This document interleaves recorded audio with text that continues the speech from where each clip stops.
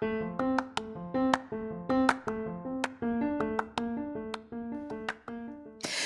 there, and welcome to the daily podcast where wisdom smacks us with kisses or love taps.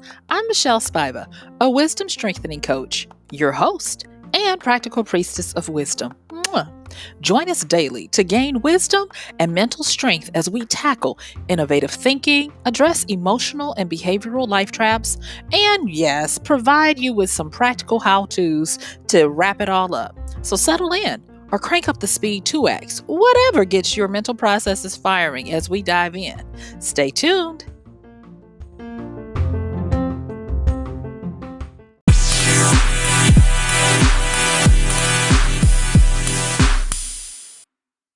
Yay!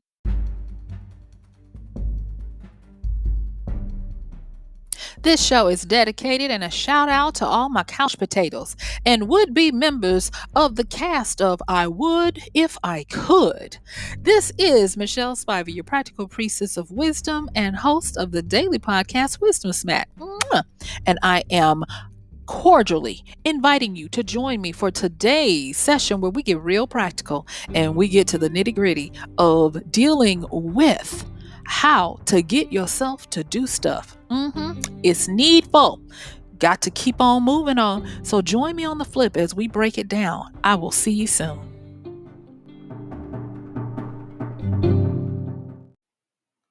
Hey there, thank you so much for joining me today. Let's go on and get into it. We're going to be talking about, we're getting real practical, y'all, because people are saying, Michelle, how do you do this and that? And thank you for that person who asked me. So we're going to be talking about today how to get yourself to do stuff.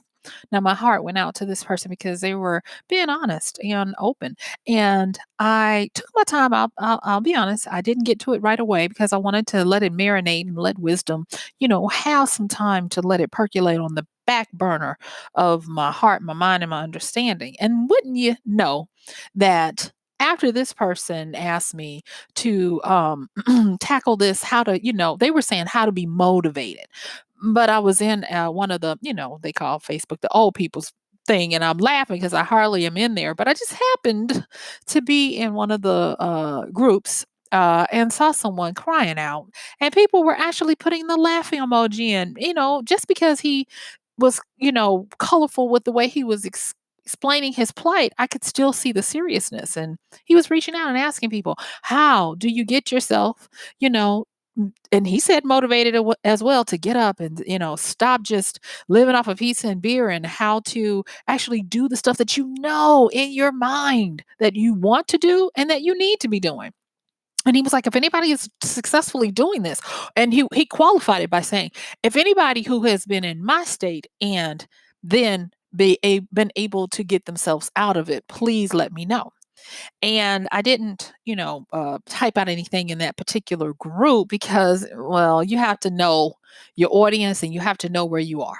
But I did, just send some stuff, and maybe he'll hear this podcast today and maybe not. But baby girl and man out there, this is my way of putting out something that will hopefully help you and help all of us. All right. So, how to get yourself to do stuff, especially when you just have not been able to get it done. Let's get to it. So, the first thing I want to talk about is we need to go to the root. So, this is like one of those radical things. So, y'all remember the other day when I was reminding you about the difference between surface and radical? And a lot of people try to approach this problem of getting stuff done by being surface level. They talk about motivation. They talk about getting a plan and all of that. And we're going to talk about some of those things today. Don't get it twisted. But we need to go radical. We need to go down to the bone, down to the marrow, and look at some of the things. And so we're going to be handling this with kind of like a why kind of thing.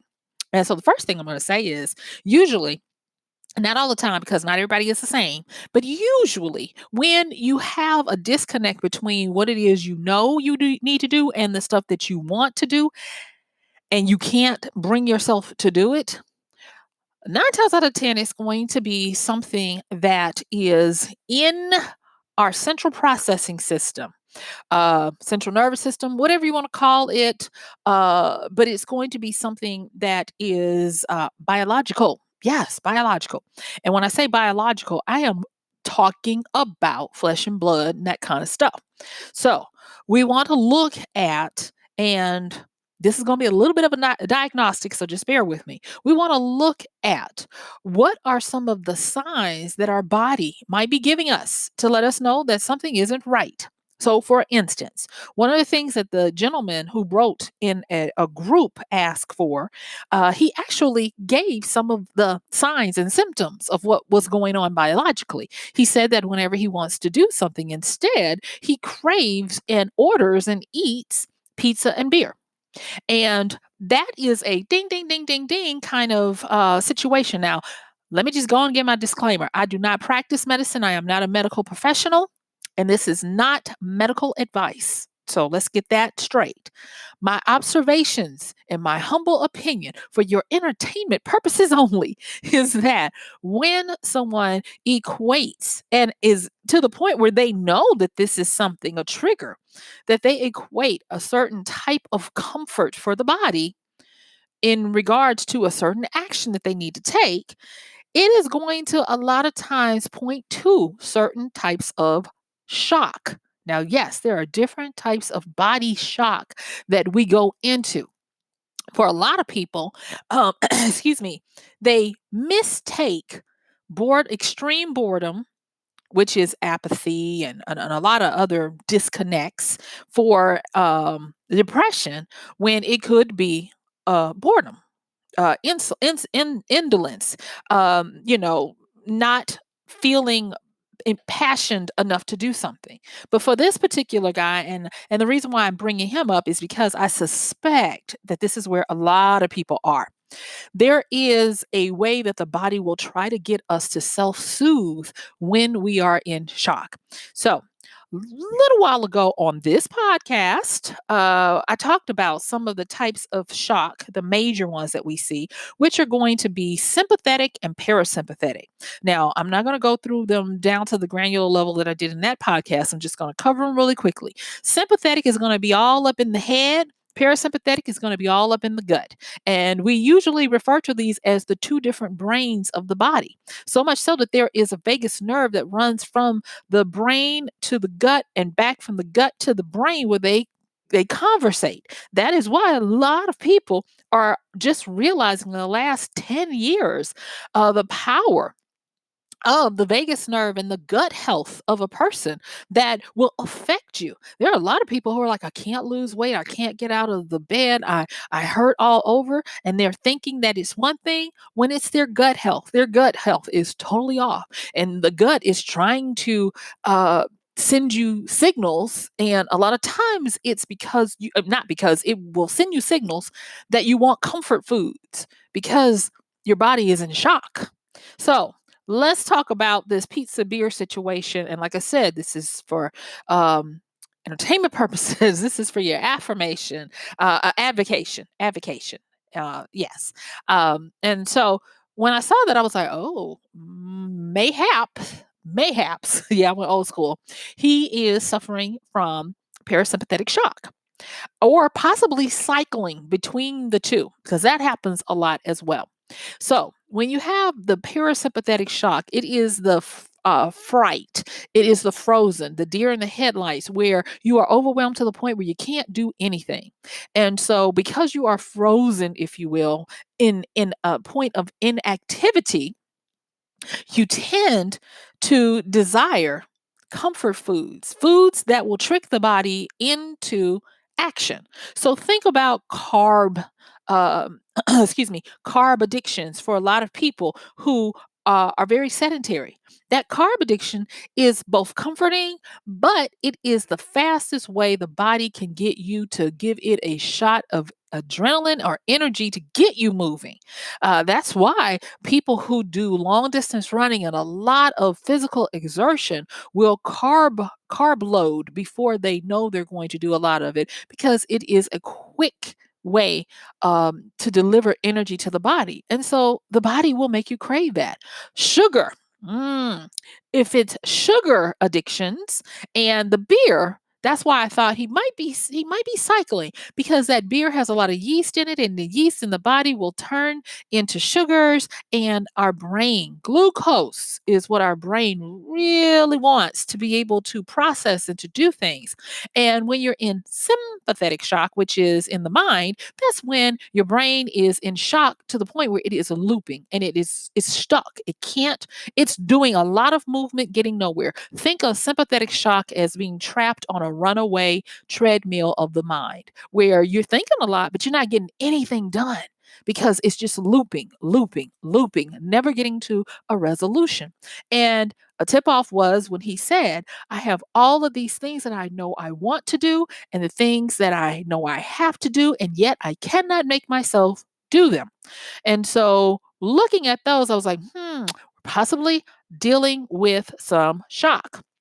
And he's probably going back and forth, cycling between sympathetic shock, where the mind is racing, but then the shock of the parasympathetic is making him shut down, where he's craving foods. And we all know if you have ever taken down a pizza on your own, you watch out and you'll feel good for a minute, but then the crash comes where you're like, oh, I'm full. And you're satiated to the point where you just want to take a nap. So it's vicious. And you might be saying, okay, Michelle, get to the point. Well, why? Okay, so the why of this is usually because there is something that is going on between the neurotransmissions within the body of the signals getting mixed. And like I said, this is me just observing, Google this stuff and, and go down the rabbit trail for yourself. Um, and what ends up happening is it gets to be to a point where it's a clog in the system or a cog in the system where there's probably too many inputs that have backed up and have not been resolved, whether they be traumas, meaning something happened to a person and the trauma was never addressed, and it could be recent trauma or it could be trauma all the way from the womb where it has grown and grown to the point where it has just stopped your ability to do much of anything. But because you're so far removed from the memory of it, only the physical effects of it are left. In my neck of the woods, we call that uh, sim- um, uh, uh, it's not sympathetic, but it's psychomatic. Yeah, psychomatic uh, illnesses that present in the body for traumas that have been enacted on us that we have unresolved issue with. And this goes, like I said, it goes a little deep, but say, for instance, you can't get to a professional to help you root out these causes of why your inputs of what you can handle get less and less and less, because that's what usually happens when you have someone cycling through these different traumas of sympathetic and parasympathetic shock, and they're caught in this loop in their mind, and they're caught in this frozenness of their body. They go from running around and not getting anything done or not being able to sleep, because that's a big one for sympathetic shock. Your mind racing, can't sleep, and you're tired. But then you get up, you try to do something, all you want to do, you just crave food, food, food, can't stay away from the refrigerator, and you eat it, and then you feel bad because now you just don't want to do anything, but you try to make yourself do something and it won't work. And if somebody asks you the least little amount of something, you're walking through hell on a cobweb that's about to break because you're at your limit, and you know that you used to be able to handle more. Yeah, that's what we're describing. So those are the indicators that usually there's some type of unresolved trauma or impacted memory or impacted um, emotional blockages that have reverted into physical ailments. And yes, now this part I will tell you. That is true. You can, like I say, go to Google Scholar and put in the phrases of parasympathetic, sympathetic shock. Put in emotional blockages. Put in psychosomatic illnesses, and all of those things, and you will see it for yourself. Okay. So I am not claiming to know this stuff. I'm just saying that you might want to check it out if you want to check it out. So you're like, okay, I got you. Good. Now let's move into some of this how to get past this, how to get yourself to do stuff. Now that you've realized that you might have some of this, maybe sort of kind of, there is another thing we need to look at. So we've looked at the why. Let's look at some of the what. So if you have this or a myriad of other things that I don't have time to cover, but they kind of equate to the same um exhibitions of what's going on in your body where you just can't make yourself do anything. Usually, there is some type of confusion and pain. And when we talk about confusion, that confusion could be in your mental ability to process, or it could be in your body's ability to process. But they are one and the same within you. And there's, like I said, a disconnect between how you're normally wired to run and how you are currently in trauma. Yes, in trauma that is putting you in shock. And so, have you ever looked at piece of machinery that is about to overheat, and it has a fail safe where if it gets to a certain point that it's going to break? The makers have made it where if it hits to a certain level, it'll shut down before it allows itself to break. That's what's happening a lot of times in these situations. Your body's failsafe is kicking on, whether it is to put you in these types of shock, or for some people, they faint, or they, uh, lose their train of thought. They daydream away the pain when it shows up, but it can manifest itself in a lot of ways. And the end result is you don't get the stuff done that you know you need to and you want to. So with confusion, disconnects between all of the processes and the systems of the body. Now the pain comes in because when we are faced with our wiring of the fact that we are made to move, we're made to complete and achieve. And when we can't, even though we have an impetus in our understanding to do it, and we have a desire in our body to make it happen, and you continue having failure of not completing day after day, it results in pain. And if that pain is unresolved or ignored, that pain, you guessed it, will move into the body so that you will then hopefully realize what is going on and deal with it. Okay. So, because of that, we have gotten to the point where we understand that when you can't get a lot of stuff, when you can't get stuff done, you can't get yourself motivated, you can't get yourself to move, you can't get yourself to stop just eating all the time.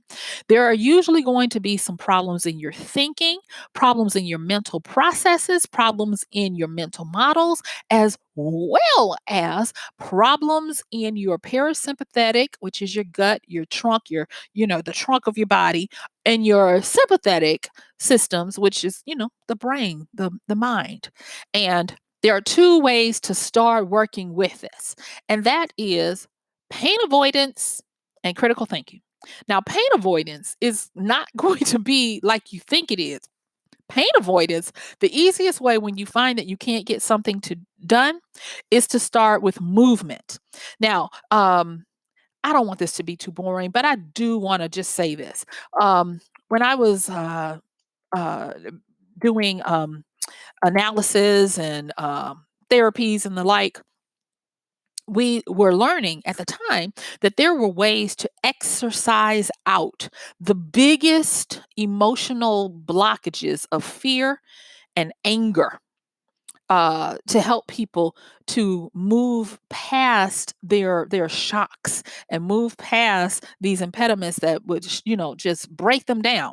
And not only that, I remember Dr. Amen did a lot of work with people to lose weight and the like, and he even did some work with it. The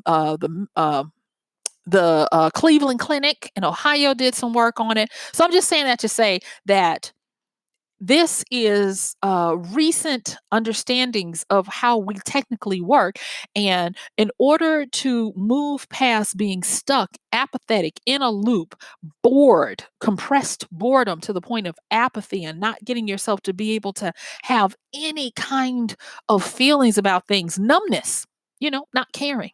when you used to care. One of the biggest things is pain avoidance, and pain avoidance comes by movement. Yeah, it would seem weird that if you're feeling pain, whether it's physical pain or mental pain, one of the best things you can do is get up and move. And Dr. Amen used to put it in this succinct way. He used to say, take a 20-minute walk and walk for that 20 minutes as if you're late for a meeting or you're late for an airplane. And then they came back and they said that these 20-minute brisk walks directly impacted the hippocampus and the amygdala, those areas that release the hormones, serotonin, dopamine, and the like that help us to be able to feel and be happy and have depths to our feeling. And so, what that movement does is it gives kind of like a valve to release some of that pressure that has been built up in the sympathetic nervous system as well as the parasympathetic nervous system. Now, so that's the pain avoidance side.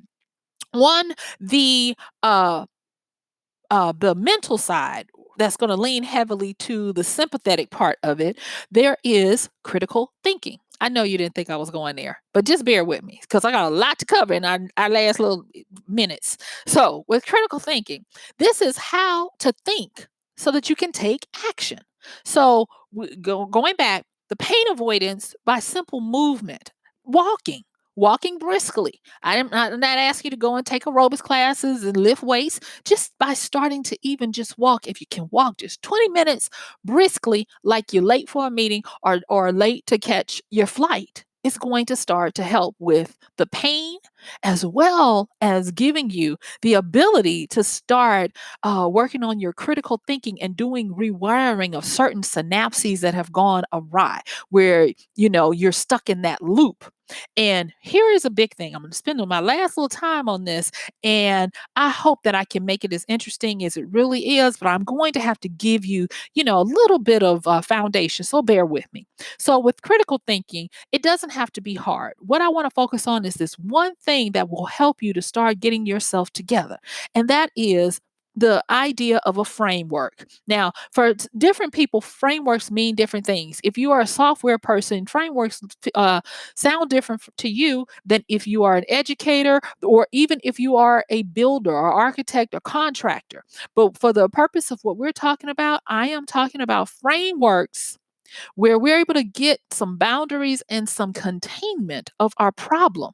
So, frameworks help us to work through our problems. All right. So now that we've agreed with that, let's keep it moving.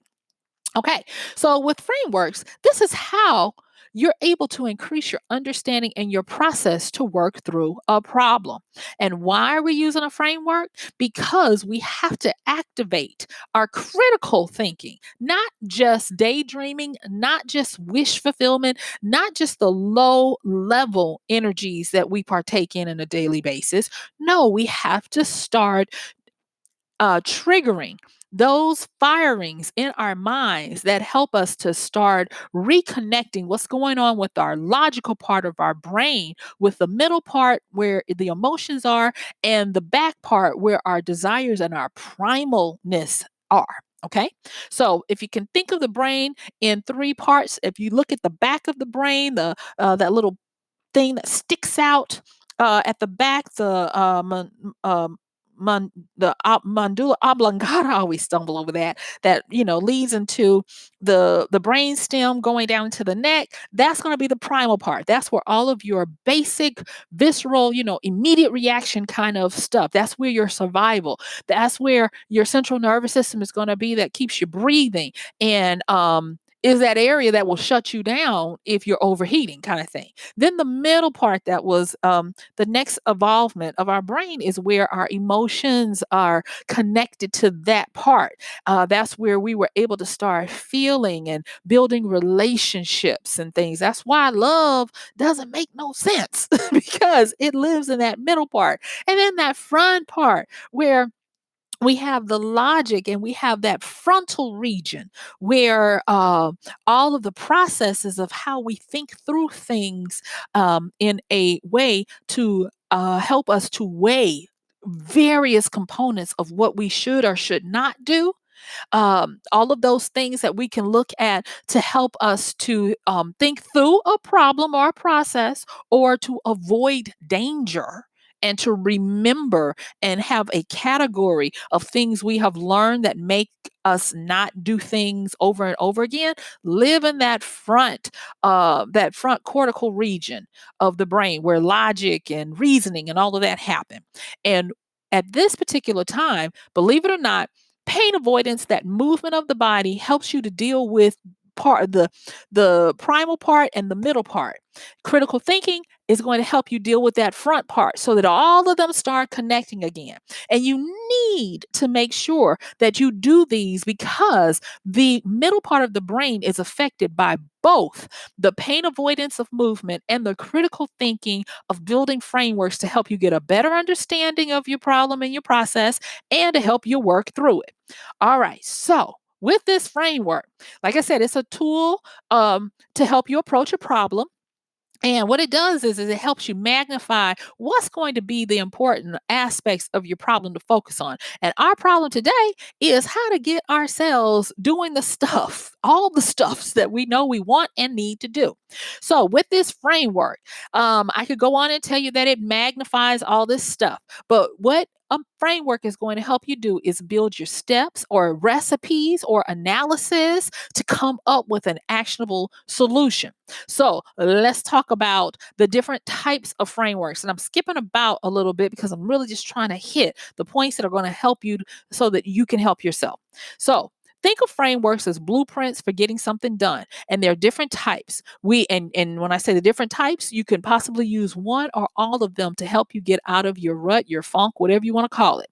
So the first type that I want to talk about is about understanding. So when you seek to understand, you're going to get different measures or possibly indicators. And so when I talk about diagnosing yourself to see how you feel, that's going to be so that you can understand what your problem is. So when I took the time to talk about the parasympathetic and sympathetic shock, when we talked about pains and psychosomatic things being represented in the body as real pains, those are going to be indices or indicators to let you know I have a problem.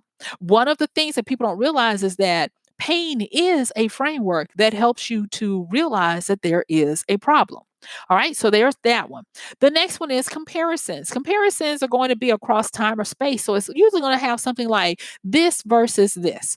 So usually, when you're trying to help yourself get something done, you're going to use your optimal output activity, meaning you are on a normal day when you're getting everything done versus where you are now.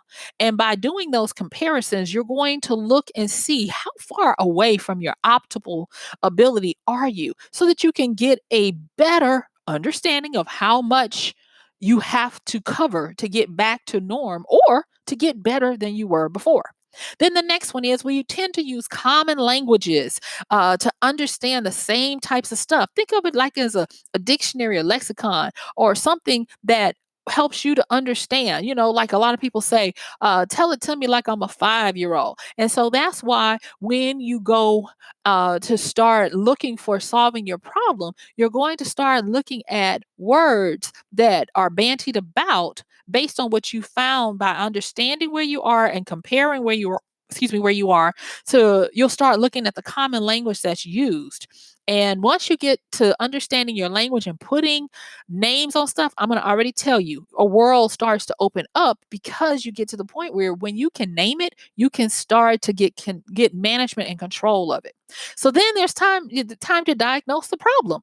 And once you're able to start, quote unquote, using diagnostic tools to diagnose your problem, you get a containment where it's not this nebulous cloud of drudgery. It becomes more concrete, something that you're able to tangibly handle and work with.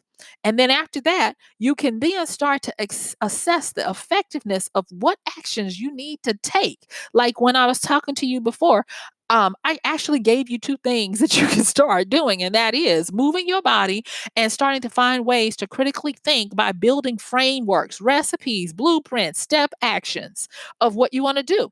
And then the last part I like about these different types of frameworks is getting a plan. A plan is a framework. It is a way for you to reach your desired outcome. It's where you put down those actions, those steps, those directions of what you're going to do.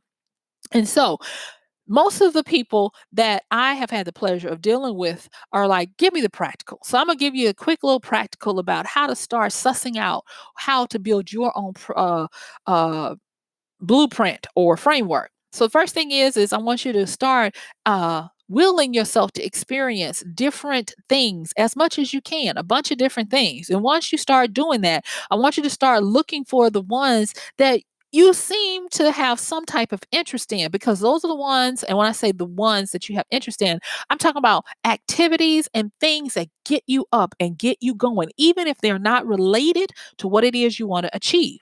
And once you identify those, start going deeper in those. That's going to mean that you're going to do some research to figure out how to do it better. For some people, it might be picking up a $2 jump rope from Walmart and learning how to jump rope. And then you start training yourself on how to jump without stepping on the jump rope. And then as you continue to do that, you'll start to develop a true fascination for it. And that's going to start your journey to trying to master the jump rope. Now, why am I talking about a jump rope when you're trying to figure out how to get up to do the stuff you need to, whether it's doing your job or cleaning your house or whatever it is because the same synapses that you start to use on jumping that rope and getting fascinated with it are the same synapses that you're going to use to be able to start doing the stuff that you need to do.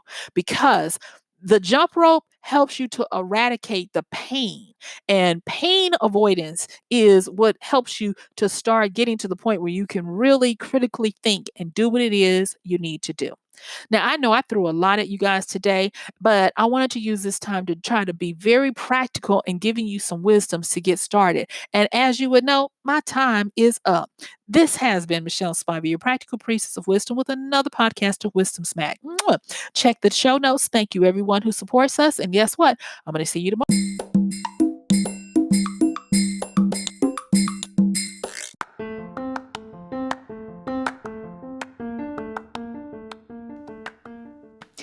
And that's going to do it for today's podcast of Wisdom Smack with MichelleSpiva.